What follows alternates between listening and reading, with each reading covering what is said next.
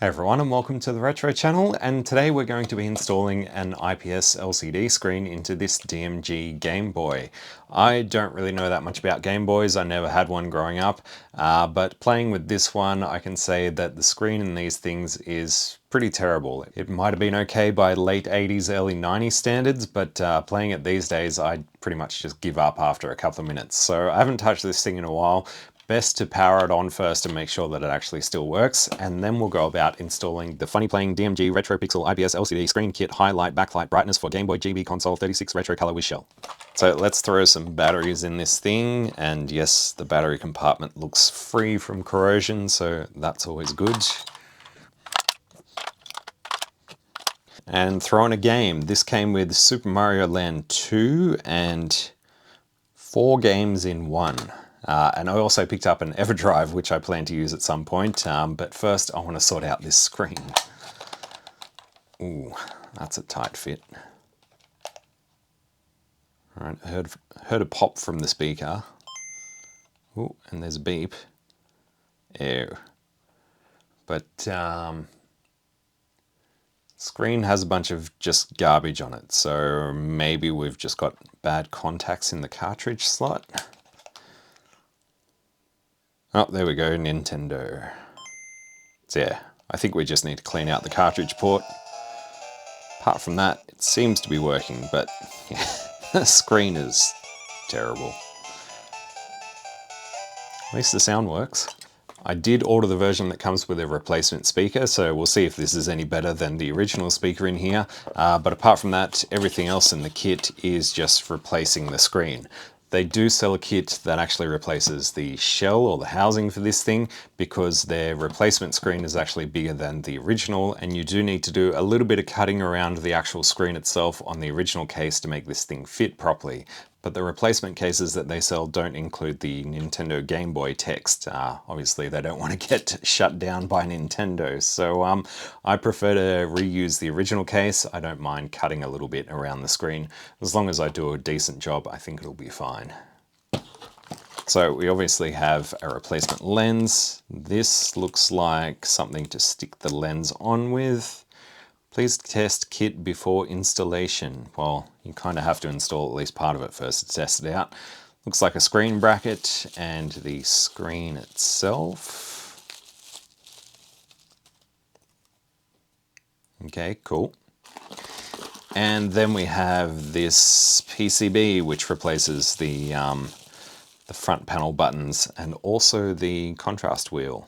And this is a sort of more like a switch rather than a wheel as on the original. So I think this is used to switch between different color palettes and also increase the brightness. So that looks to be it. Let's open up this Game Boy and get this thing installed. So it looks like Nintendo used tri-wing screws for this, so you will need a tri-wing driver. They appear to be a Y3.0 if that's a standard in tri-wing drivers. It seems to fit the best. So let's zip these screws out. There's 2 in the battery compartment, and it looks like another 4 around the edges.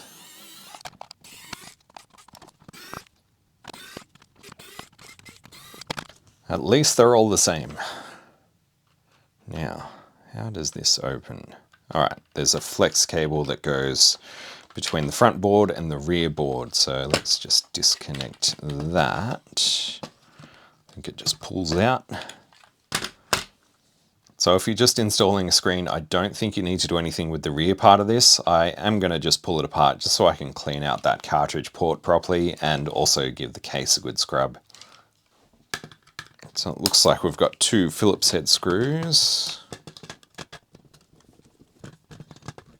And there's a couple on this little soundboard thingy, headphone jack.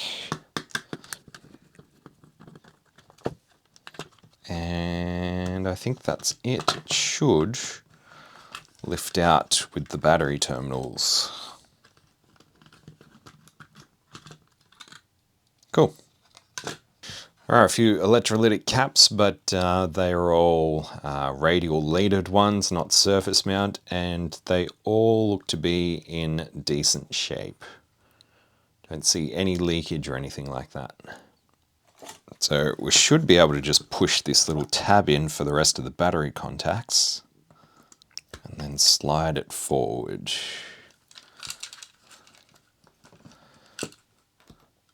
And the other ones look like the same deal. Just remove this rear bit of shielding as well while we're at it. Right, and now this part can just get a scrub in some warm soapy water.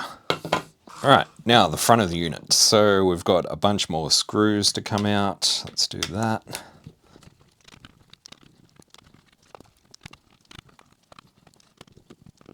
I think that is it. Do we need to unclip this screen, I wonder? Right, I don't think we need to unclip the screen. It was just really stuck in there. So we're not going to need this whole assembly. Oh, you can see that there is some blackness through here. So the screen was slowly starting to rot. And here's our speaker. So I'll pull this off the board and we'll compare it to the replacement speaker once we get everything reinstalled.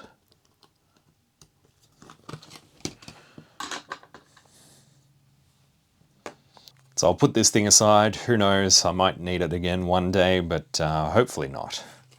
Can take these buttons out. I'll give the contacts on here a little bit of a clean as well. And yeah, it looks like all this stuff can get another scrub in some warm soapy water. And we need to remove the original lens. So I think we can just carefully kind of push it out. Could use hot air for this, but it seems to be coming out on its own. Right, so these bits can all get a scrub.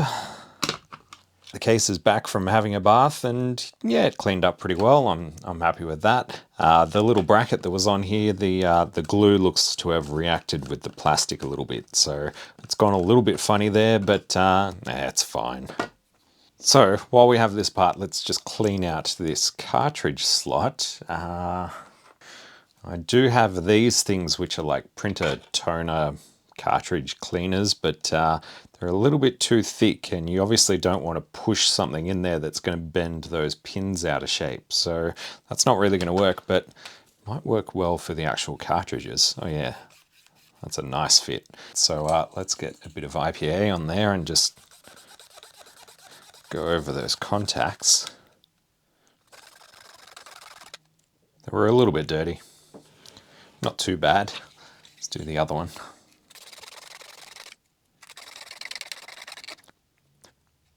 That should be good enough. So for this port, what I'm going to do is get a little bit of paper and a bit of an old credit card or Spotlight VIP Club card. And hopefully it's a little bit too loose. It might double up on the cards. Oh yeah, that's a good fit. So the paper is contacting the pins, but it's not really forcing them out of shape. And then I'm just going to sort of do a little bit of back and forth. And because the paper is slightly abrasive, we got the faintest little mark on there. Let's add a bit of contact cleaner to that. That is plenty. Just going to do this again, not for too long because I don't want the paper to start falling apart and leaving bits in there.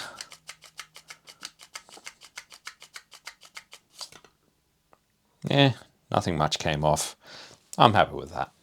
Right, so according to the instructions, we should actually test to make sure this screen is working properly. So let's do that before we go cutting up our case. Yep, our screen is working. It is currently drawing 185 milliamps. Yeah, wow, that looks super sharp. Really nice. Out of curiosity, I wonder what the original screen draws. The original screen draws about 77 milliamps. So yeah, definitely a lot more thirsty with the new screen, but that's the price you pay. All right, well, our screen seems to be working. Cartridge port seems good to go, so let's sort out this case. So I think what we need to do is take this little, I think it's like a little stick-on gasket kind of thing off here. Is that going to come off easily? There we go. Oh yes, and some water has got trapped under there from me washing it, so probably a good thing that we took that off. And apparently what we need to do is trim off this inner part of plastic around here. So let's give that a try. So I'm just going to start with a little scalpel and just score the plastic. Alright, I've been around that a couple of times with the scalpel. I'm just going to put a little sort of cut in each corner. We'll see if this part will flex out.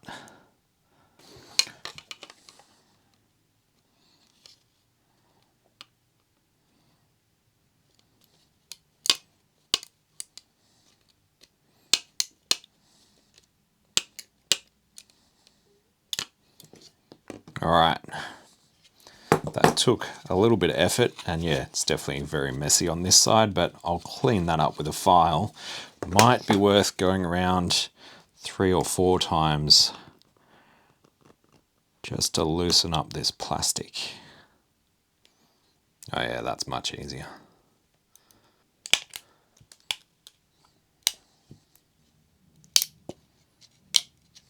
Alright, I'll just go around and clean up these rough edges, and then we'll get this screen installed.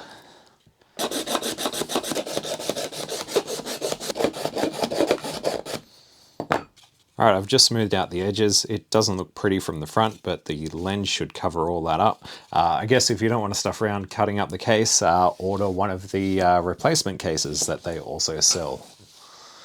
So it looks like we can see the entire screen through there, and we don't seem to be cropping anything off, so I think that's just about right. Oh yes, and we need to cut off these 2 posts here.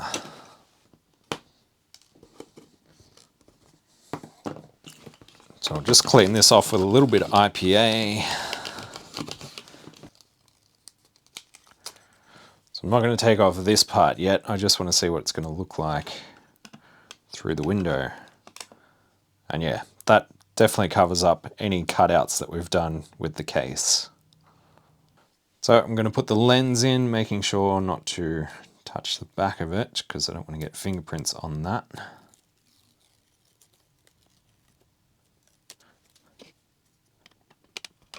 Hopefully it just fits. Oh yep, perfect fit. And I just touched the back of it. It's not much, but it is definitely a lot bigger window than the original. Well, that's kind of funny. The installation instructions seem to be for a previous version, so they don't actually mention this little bracket here. Do I need this? I don't think so. I think the bracket should hold the screen in perfectly fine, so I'm going to go no to that. And once it's all screwed together, I don't think that's going to move.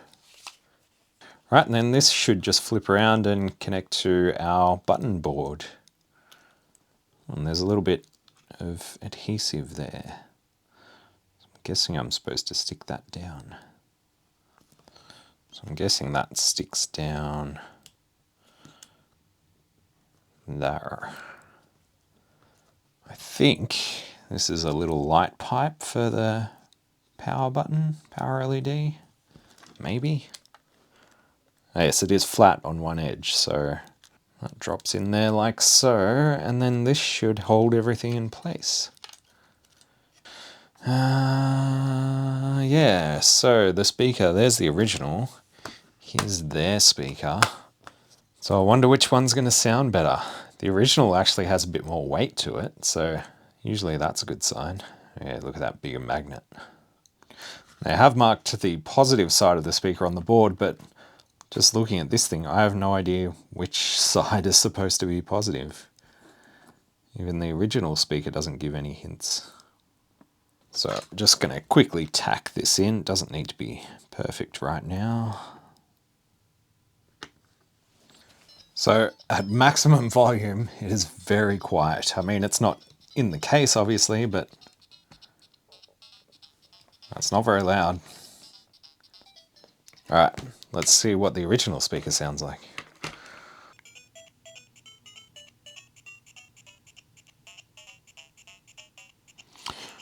Well, there's not really much difference between them. The original speaker is no louder. Maybe it has a little bit more bass, but I mean, we're talking about a Game Boy here, so can't expect too much. I'm going to stick with the original speaker, so let's get that into place. All right, that seems good. And of course, we're going to have 2 screws left over from the 2 posts that we cut out. Let's connect our screen to the board. Close these.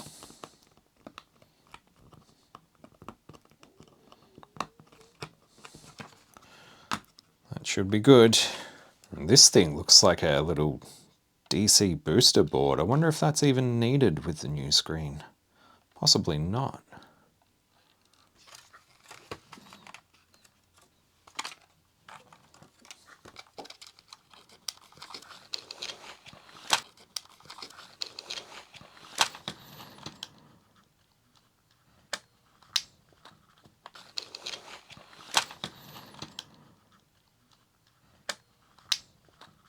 Probably should test it one more time before I put all the screws back in. Throw some batteries in there. Whoop. Oh, I've got a garbled screen, but I don't have a cartridge in.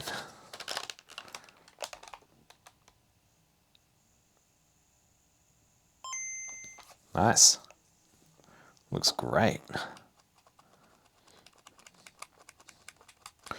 Of course, we can turn the brightness right down. That'll probably draw a little bit less current. It does go quite bright, but I can hear at full brightness, it does make the speaker buzz a little bit. So obviously power filtering isn't particularly fantastic, but so much better than the original screen. Right, we are reassembled. Let's give this thing a proper test.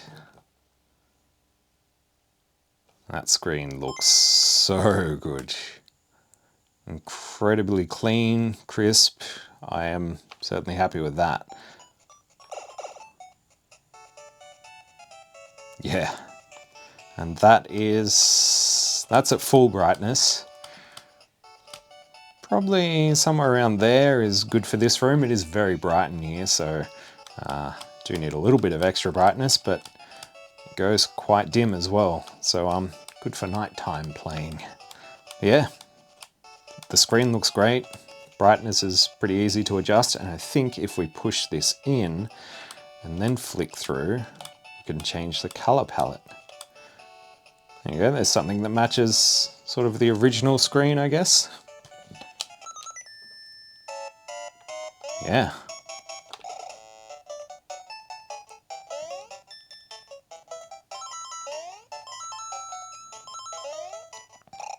Oops.